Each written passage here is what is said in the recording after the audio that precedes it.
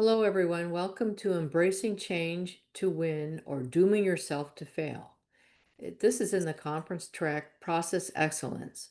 Luis Morales is our speaker today.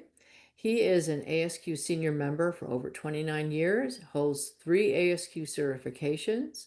He's also a PMP from the Project Management Institute, PMI. He's currently our chair-elect for QMD. Again, I'm Ellen Quinn. I'm the current chair of QMD.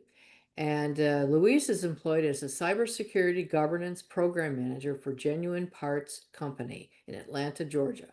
Luis is also a retired U.S. Army officer, and he's a longtime friend of mine and a colleague. Housekeeping for this session, track session is for 45 minutes total. Questions and answers will be at the end. Please enter any questions into the chat. And depending on how many questions we have, we may or may not get to all of them, but I will make sure Luis gets them after the session. Thank you, and over to you, Luis. Well, thank you, Alan, and welcome everyone. Again, embracing change to win or dooming yourself to fail. And there's the stuff that she just mentioned, and I am proud and honored to be a member here speaking to you today. And she's got all those wonderful things there. And I do have 5 very talented grandchildren and almost ready to celebrate our 50th wedding anniversary. Okay, let's move to the topic at hand here. I have discovered the 2 types of people that love change. Some of you may already know these folks or not be aware. 2 types of people that love change. Who do you think they are? The first one, those involved in the change themselves. And those who have tried change management, the organization, teams, or even your professional society itself, and say, come on, folks, we need to get this done. But if you involve them in the change, they sort of like, yeah, this is cool, okay? And the other type of person that likes change, ready? A wet baby. All right. So we got a comment in chat already. A wet baby. Yeah, I told you about the grandkids. Think about it at 2 o'clock in the morning, 4 o'clock in the morning, and the wife goes, the mother goes, your turn. Okay. Oh, yeah. Wet baby loves change. Think about this. I want you to keep this in mind as we go through the presentation. Okay. So let's move to the hot stuff. Here are the topics for today's presentation. We're going to go through both individual and organizational change management, OCM techniques. I'm going to talk about some tips for change practitioners, managers, whichever one you are. Okay, I'm going to talk about some examples for key change models. Okay, ITSM, I've been involved in ITSM, in commercial banking, telecom, cybersecurity that you heard about, and longtime member of ASQ. I've been on the section side in the region, okay, and TCC as well. And we're going to have some key takeaways for change practitioners and managers. I've been involved for a long time, okay? Don't know it all. I keep learning every day, and we appreciate that, okay? Now, time for a poll, okay? Let's see if we can do this. We might have to use the chat room. That's okay. And remember, there's no such thing as a wrong answer, some better than others. All right, so when I tell you to start, let's talk about this. We'll take 2 minutes from the, I have an unranked list that I'm going to present here. And from your experience, think about this. The top 4 reasons why technology, just technology now, projects fail. And here are they. Just pick the top 4. You ready? Solving the wrong problem, inefficient communications, lack of UAT, user acceptance testing, or addressing feedback, poor planning and timelining, lack of leadership, project not defined or defined enough, or a lack of accountability. Ellen, how do you want to handle this? You want them in the chat room, or you got a poll for them?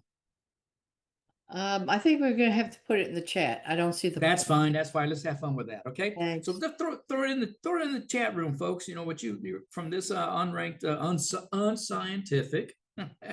Okay. What your 4 are. Okay. I'm going to take a peek. Oh yeah, there they go. Look at that. Sharing them with you. Love it. We got inefficient, poor planning. Oh, I'm interrupting you.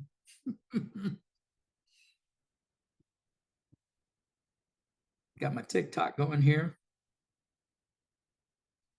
Oh, love it. Look at that one. Uh-huh. Love the involvement. All right. I don't have any prizes to hand out today, being virtual, but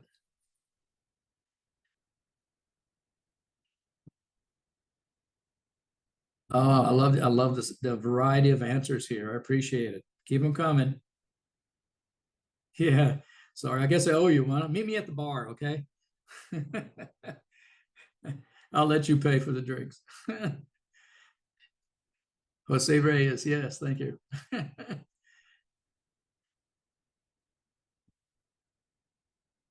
Going to a run out here. All right. Okay, looks like we slowed down. Okay, I'm going to close the chat room for me.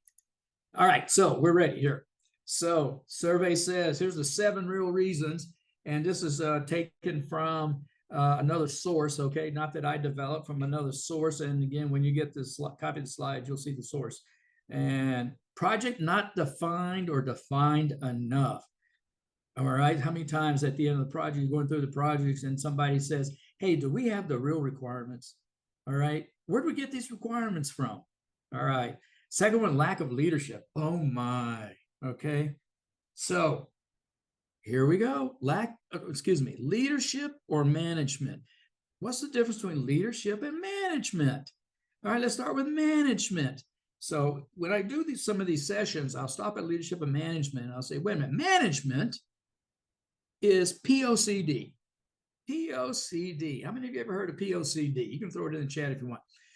So POCD, planning, organizing, controlling, and directing. Okay. I don't know if you've been in the military like I have, or some others that, and you've gotten those definitions of leadership and management: planning, organizing, controlling, and directing. Sometimes leadership, whereas leadership is motivating others to do a job well and helping them feel good about the job. Okay. So we're talking about projects now getting done or failure. If we don't help inspire folks to get the project done well, okay? Now, the title is called Project Manager. But those of us that have been through the PMP course, there's a section in there that says, are you a project manager or project leader? Or are you both? Well, yeah, we're both. Okay. So not only are we doing those timelines, okay, or figuring out the cost of the project and all that other good stuff, but we're also project leaders. We have to help motivate our team members to get the job done, okay, well. All right. So, but there's a big problem with leadership when it comes to whose project is it?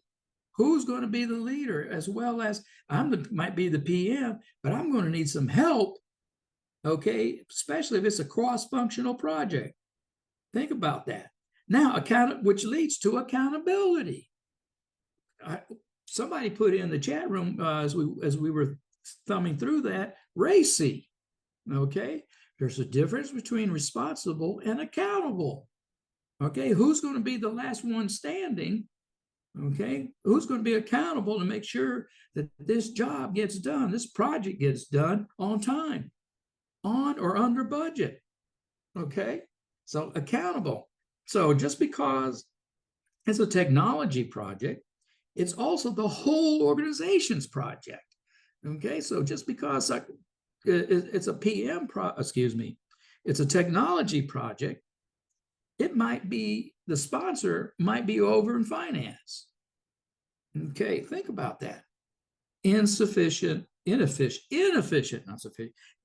communication. How are we communicating the technology project throughout the organization? Do we have a communications plan? Oh, plan. Okay. No plan or clear time scale, or poor planning and timelining. I'm going to move this up. And I saw the UAT factor in there as well. Lack of user testing, but it's down the list. Okay. And finally, we're solving the wrong problem. Okay. Are we listening to our customers? Are we listening to the organization? Are we listening to what's important? Okay. And we creating the right projects? Are we, going to our sponsors and saying, hey, I don't think this is important to the organization? Are we just wasting time? Moving on. Here's our second poll. Now, State what you have found in your organization, the top reasons why OCM or ECM efforts fail. Okay. I'll try to take a minute for this one. Okay. So again, in the chat, why do you think, okay, top three, you might only have two or might only have one, why these change efforts fail? You've seen the top seven there, but across industry. But let's talk about your organization. Go ahead. Well, we're not standing together, but this is virtual. Throw in the Yeah. chat why you think. Here they come. All right, let me open it up. Thank you.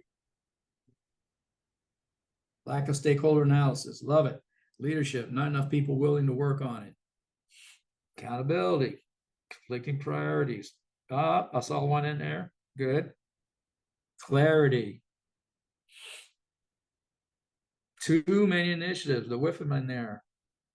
Okay. Accountability. Management. Yeah. Authority. Yeah, I got an answer for that too in a minute. Thank you for that. You're helping me. Oh, unrealistic timeline. Strategic alignment. Thank you. Okay. Not listening to the stakeholders. Sounds like a leadership issue. Okay.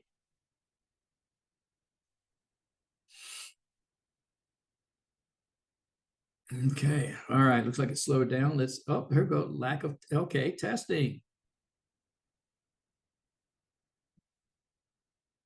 All right. Let's roll. Let me click in the slide.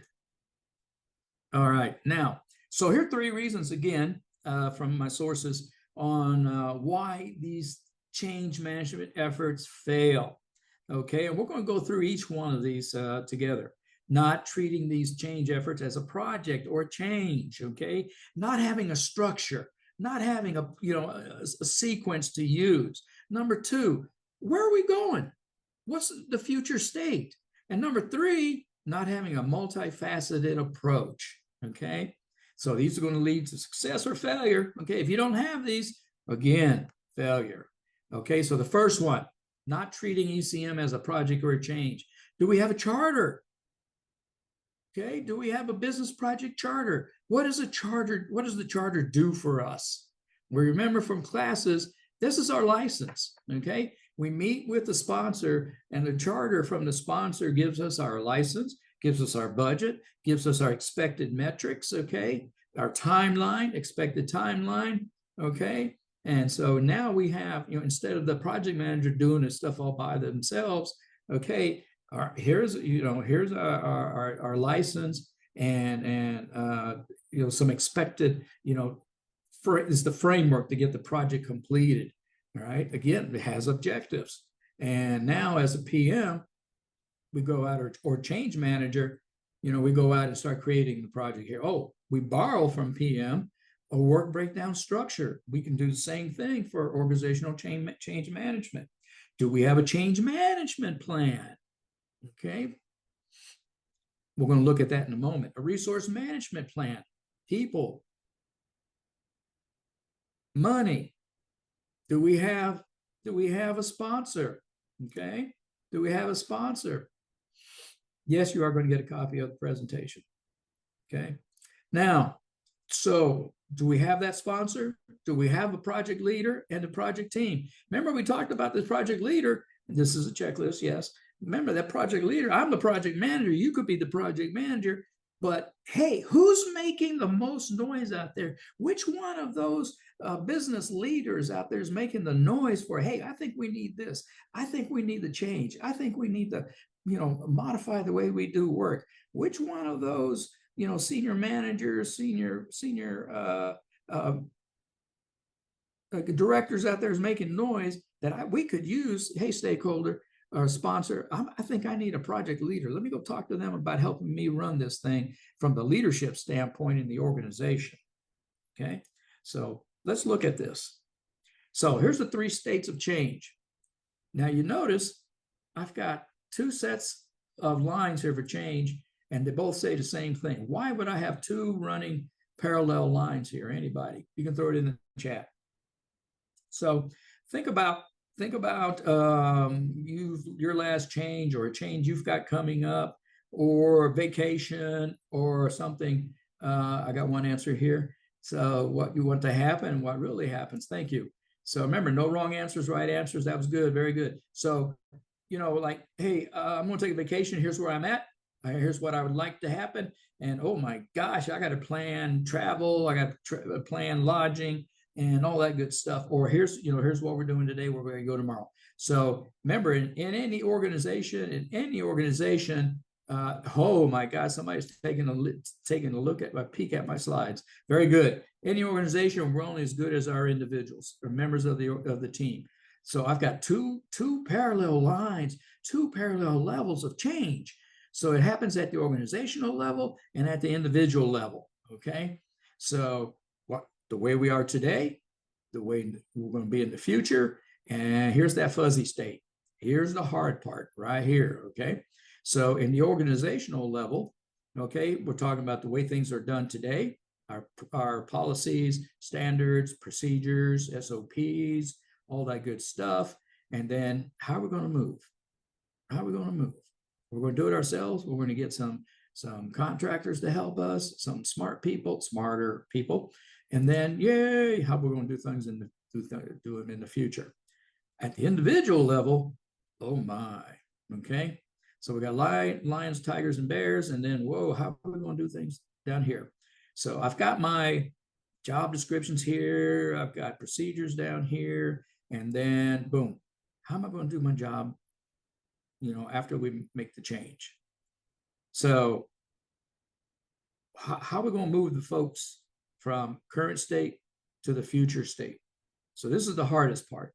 Okay, we can draw all kinds of plans and strategy. So again, in the chat, so how are we going to move the individual folks? Any ideas? How am I going to move them? This is the hardest one what I've found in the past. It may be easy for you. So what do we need to do? How do we attract the folks? Oh, I got an answer already. Yay. Where is it? Ask for their feedback and input. There's one. Keep going. Aligning organization's priorities. Keep going. Okay. I saw an answer earlier that I really, really, really liked. Okay. Determine what needs to be changed. Yes. Review the SOPs. Yes. Keep going. Okay. Remember, I can't give you a prize, but meet me at the bar and I'll let you buy drinks. Communications and buy-in. Hey, getting closer. Okay, one more and I'll click. Okay, anybody? Okay. Gemba. Yeah, let's walk. Yes, that's close. Engage them. Yes, following ad card. Ding, ding, ding. We're going to get there. Okay, we're having fun. I love it. Here we go. Ready? WIFM. You need to answer the WIFM.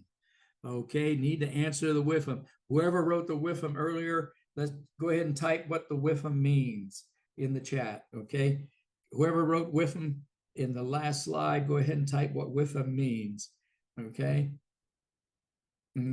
So I should have grabbed your name when you typed WIFM in what's in it for me. Thank you, Gustavo. Gracias. Thank you. So what's in it for me? All right. So in order to get them to go from the current state to the future state, we need to answer, what's in it for me? Why should I change with you? Okay, why should I stay with you? Or should I just go to another organization?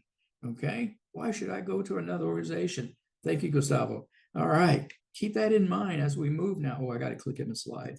Okay, so John Carter, let's talk about that top row right first. Okay, time check. So let's talk about that top line. Okay, so John Carter in 1995 in Harvard Business Review wrote an article about leading change, and then later expounded on each one of these levels on leading change. 1995, and he's still good. He just updates it every now and then and changes some of the terms and examples in this, because this is fantastic. Remember, this is organizational change. Those of us who've been around, have heard about it and used it, and those of us that are catching up here or learning to use this, let me tell you, this is fantastic. Okay, so sometimes I talk too fast and forget some things, so I'm going to bring it in my memory aid here. I do this by triads. I'm not going to teach this. I'm just going to review it, and then if you want more, you can reach out here or reach out some of our folks in the class today or the session today for more. The first one is you got to create that sense of urgency. Why do we need a change? Okay, I got a comment here. Okay, what's in it for me? Yes, okay, good. So, why do we need to change? Competition's beating our butts, okay? Or technology's changing, okay? So, what's that cost for change? Number one. Number two, we got to create that powerful coalition. I'm going to move the chat.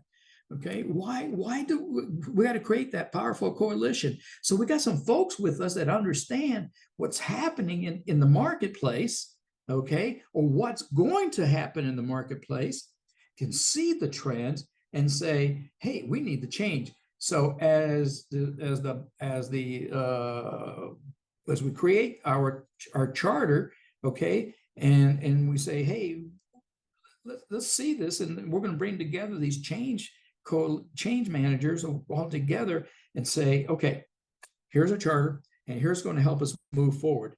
Not we may have some naysayers, that's okay, but those who think that, hey, we're on board for this change because of what's going to happen, and then we need to create this vision for change. Okay, oh, don't hit that button. Going the wrong way, going the wrong way, going the wrong way, going the wrong way. We had to create this vision for change. Remember, it was to move the people across the desert. Proverbs 19:28. Okay, without a vision, the people shall perish. Remember all them in the desert saying, why are we going? Where are we headed? Same thing for the organization. Okay, we need to know why we're moving. What are we going to look like 3 to 5 years down the road? Down the road, you ever driven down a road, going across, going home, and all of a sudden, there used to be trees out here, or there used to be a shopping center. All of a sudden, the shopping center is torn down, the trees are torn down, and you say, what's going in there? What are they going to build in there? Okay. And a couple of days later, there's a sign up that says, soon to come, Publix, soon to come, luxury apartments, luxury homes, beginning at the 300s. Okay. And you go, oh, and you have in your mind what it's going to look like. All right. Or maybe they've got a picture or a drawing, artist conception of what that's going to look like. And what's that creating for you? Yep, it's right there. Creating a vision for change. But you, as an organization, and you're one of the change managers, you can extend that line. I think now Cotter has changed it to create a vision for change and strategy. Okay. So create a vision for change. Right. So now the folks in the organization and leaders understand, what are we going to look like when we're done with this change? Okay, what's this vision? I'm going to pause here because we have a problem in our organizations with leadership members, okay, leaders and managers crafting vision statements and mission statements. So, and so not to change this into another session, but understand the difference between a vision and a mission. The mission is our purpose in industry. What are we doing here? We're creating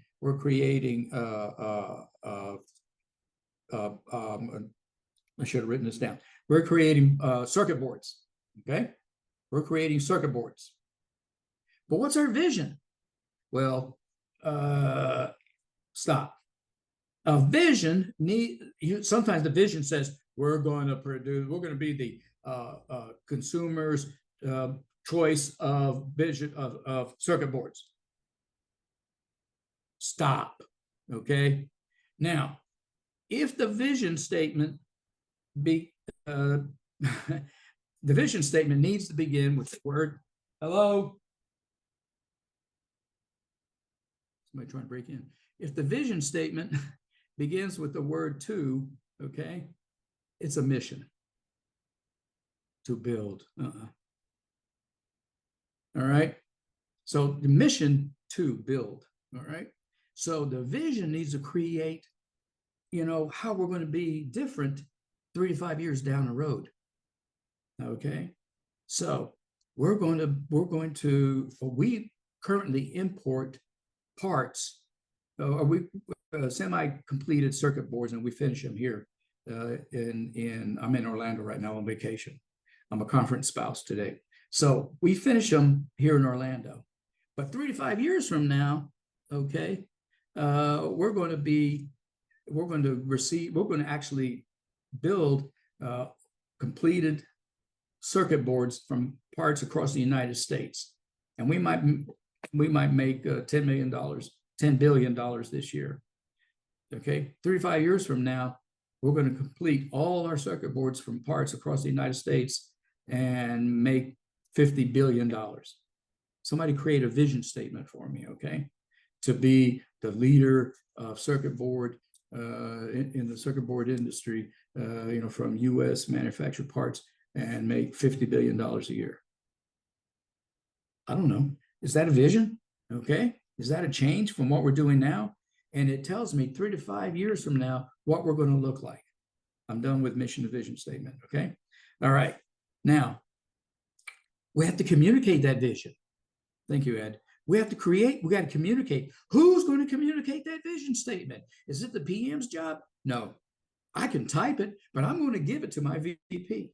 I'm going to give it to my sponsor. I'm going to give it to somebody who is in charge of this organization. Okay, a senior leader. Okay, that's going to have a V in front of their title. Okay, and they're going to communicate it in the weekly newsletter, or they're going to have an all hands, and they're going to say, and we're going to come together, and we're going to have cookies and cake and drinks in the back of the room or whatever as they go in, and somebody's going to say, hey, folks, we need to change. The marketplace is changing, and we're going to be 3 to 5 years from now, we're going to create our own circuit boards from U.S. parts, and we're going to make $50 billion a year, blah, blah, blah, blah. And you're going to be part of that change.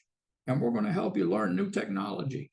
And we might even give you a raise as we come through this. Blah, blah, blah. And you're going to wear, while we're doing that, we're going to hand out some kind of swag. I don't know. All right.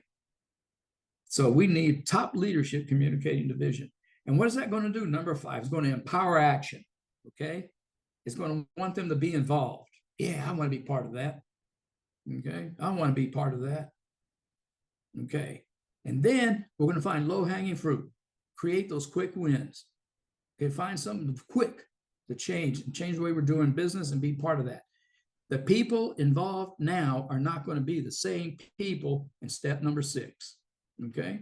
Because they have to learn new skills. We're going to create new teams, and we're going to create quick wins. All right. And some of them won't be able to keep up. Okay. Won't be able to keep up, and they'll be lost. And we're going to start building that change. Okay. We're going to consolidate the gains. Okay. Think of the MEG somewhere in here, right? Six Sigma. We're going to think of the MEG because at step number 8, we're going to consolidate the gains, and we're going to celebrate, and we're going to implement. We're going to make it stick. C and the make is control, right? Control. We're going to make it stick. We're going to celebrate it. All right. And then step 7 and 8 are all about engagement right there. That is Cotter in, what was that, 5 minutes? All right. Now, what happens at the individual level? Somebody said process. Somebody said ADCAR. All right. So let's talk about ADCAR. So ADCAR here, I'm going to slow this down right here. ADCAR, goes from the top of the page down. If you're writing this down, I want you to write it from A at the bottom and R at the top. Okay, so we can see that change going up. All right. So remember, we talked about WIFM. What's in it for me? First, folks at the individual level need to become aware of the change. This is no secret. We're changing. Remember, VP's in the front of the room. All right. We got logo, we got swag, we got cookies, whatever it is, and we're changing, folks. 3 to 5 years. Here's the change, or maybe a small change, whatever it is. Here it is. We got to tell them, hey, we're changing. We need to get them to want to be a part of this, that desire. Okay. Let me click in here. All right. Because we got to answer the WIFM. Right? What's in it for you? We need to be able to participate. Remember, I told you there's going to be some training along the way. Folks, do not sentence people to training until you get desire, conquered. Don't make them prisoners to go to training. Okay, we need students to go to training. Okay, we don't need tourists in training. We don't need prisoners. We don't need tourists. We need students to go to training. Okay, so because they want to know, they want the knowledge. We need to be able to transfer knowledge so that we can have folks with new abilities and desired skills and behaviors during this change. All right, otherwise we're wasting time trying to transfer knowledge with people that have no desire, okay, to be part of that change. That's Morales 101, please. All right. And then after we've done this training and got them in the seats, and we do that reinforcement training, okay, we got job aids, Okay, we send them the refresher training and all, and then we got hopefully successful, individual change. And it doesn't happen one time. We got to have that reinforcement.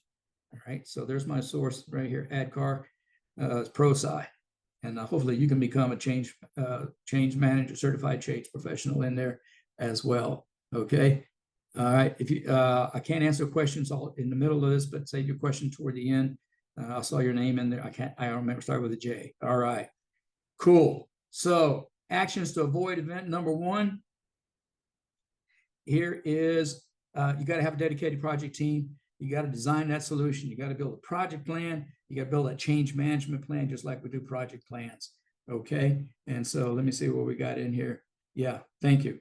And then we'll get Ellen seeing what's going on. Right on, right on. Thank you. And so now that second, and then you got to build that comprehensive change management plan. And where do we find this? And here's the elements of the change management plan. Does this look familiar for those of you in PMP and PM? Okay, you got to have the resource plan, sponsor plan, stakeholder engagement plan, the COM plan. This is a little bit different. Learning and development plan. Sometimes you don't see that in the project management plan. In a change management plan, you got to have this. Just like we talk ADCAR, just like we talk Cotter, okay? And you got it just really in the measurement plan. We do have that in the project plan, heavy here in the change management plan. And then remember DMAIC, okay? Sustainability plan. How we're going to keep this? How we're going to sustain it, okay? How are you going to sustain it? We need that. Okay, now let me get this out of the way for a moment. Now, not defining the future state. What are we going to look like in the future? Okay, so click.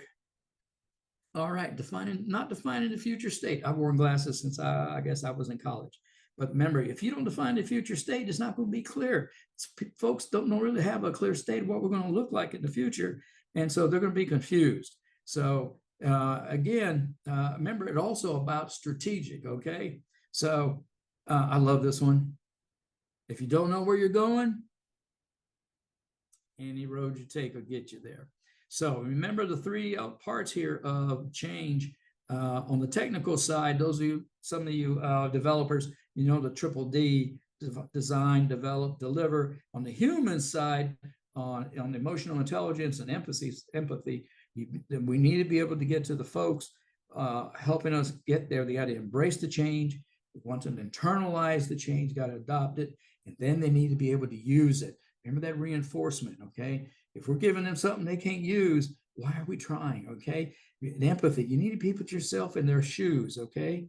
Stop, put yourself in their shoes.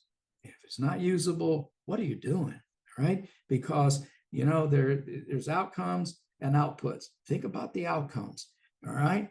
So results, think about the outcomes and they lead to success. All right, good.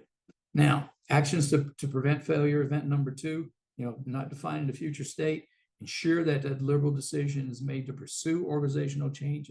Okay, you got to define that future state and you got to know where you're going. Okay, where are we headed? Why are we doing this? What's the future going to look like? Is this really us? Is this defining the future? Okay, go. And leads to success. Look, believe it or not, that pencil is really straight. All right, number three. I love this one. What's that picture going to look like? Bam. All right. What's this telling you? If only, that toolbox of change as a change manager or a quality manager, what's in your toolbox. So if only thing you got is a hammer, then every obstacle that comes across in the organization is going to look like a nail, isn't it? Where's the nail? All right. So, this ain't right. So think about project management and change management, PMI during its phases, and then look at ACMP management. The Association of Change Management Professionals, I'm a member of that too. So remember this is like this is version 5. I know 6 came out with something a little wanky. So initiation, planning, execution, monitoring, controlling, and closing. Now, so 5 steps. Okay, and look at the names of them. Okay, wow.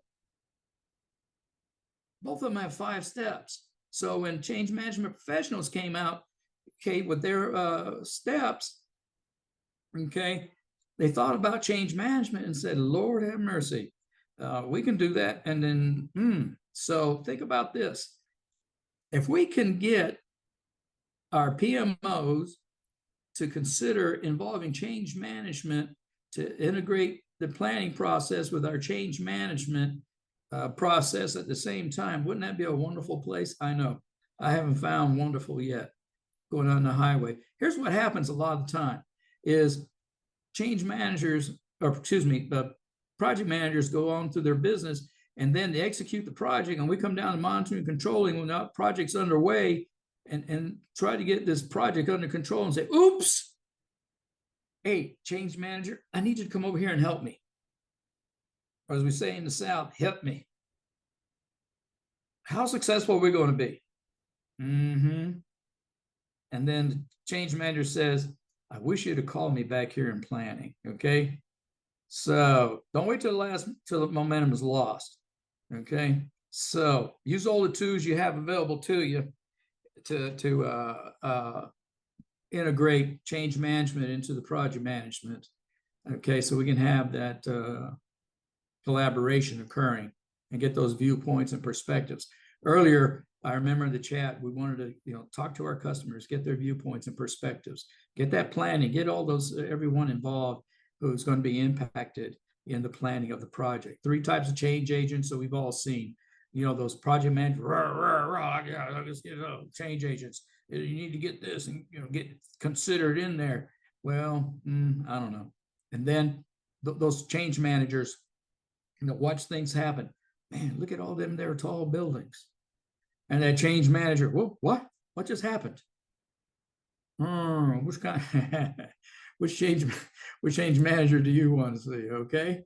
So I'll answer that when we get to it. Okay, keep that question there. All right. So let me move this out of the way. All right. So the takeaways, always consider who needs to change, what they need to be doing, and how, and consider the new ways will differ. So when we talk about what's the future going to look like, okay, what's that vision going on, and treat change management like its own change. Okay, so think about that in our takeaways. Okay, so I got to click in here, and or you too can have the 2 types of people that love change, those involved in the change and a happy change manager. Okay. So this has been Embracing Change to Win, or Dooming Yourself to Fail. And I hope you wrote down those questions. And Ellen, yes, ma'am. Yeah, we do have a couple of questions, Luis, because we're getting close to time, but Yes. I'll get 2 of them. The question is, interpretation of OCM and ECM remains the same or different? They're the same. It depends on at what level we're at what level we're introducing change. Okay. So I belong to a global organization, and so they interpret anything that involves our subsidiaries as enterprise change management, and then organizational. We're self-included. I work for a genuine parts company. We own Napa Know-How here in the U.S. and in Canada, and then overseas we own the equivalent to that, and they're different names. So if we only involved the Napa brand here in the States, it'd be organizational change. But since we're global, if we had a big change, like that involve our overseas partners, it'd be enterprise change. So, but the tenants would be the same. Great, thank you. What has been the most difficult change that you've had to manage in an organization? Thank you. So thank you for the previous question as well. The most difficult one has been right here in ASQ. When I was on the board of directors, after the audit of 2017, and when we were moving to stand up ASQE, and it involved changing the way we did the checking in the GC, the sections.